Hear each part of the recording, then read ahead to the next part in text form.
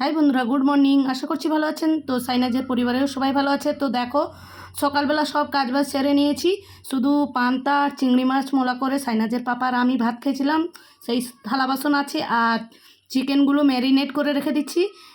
আর দেখো, সবজি কাটতে চলে এলাম, আর দুটো বেড কভার নিয়েছিলাম, সেটাও শেয়ার করলাম। কেমন লাগছে বেড কভারগুলো প্লিজ কমেন্ট করে জানাবেন। তো সবজিগুলো আমার কাটা হয়ে গেছে। তো আমি এখানে দেখো কলা সেদ্ধ বসিয়ে দিয়েছি হালকা করে, যেহেতু মানে কষা কষা লাগে বিচে কলা, তাই জন্য। আর দেখো তেল ঢালতে যে কি সর্বনাশ হয়ে গেল, তেলও পড়ে গেল অনেকটাই। তারপর দেখো এখানে আমি চিকেন বসিয়ে দিচ্ছি। তো তাড়াতাড়ি করে রান্না করতে হবে, করে অনেক কাজ আছে, জামা কাপড় ধোয়া টোয়া অনেক কিছু আছে।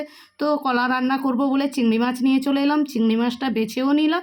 এখানে দেখো চিকেন বসিয়ে দিয়েছি, আর দেখো শিলনোড়ায় আমি জিরে বাটা করছি।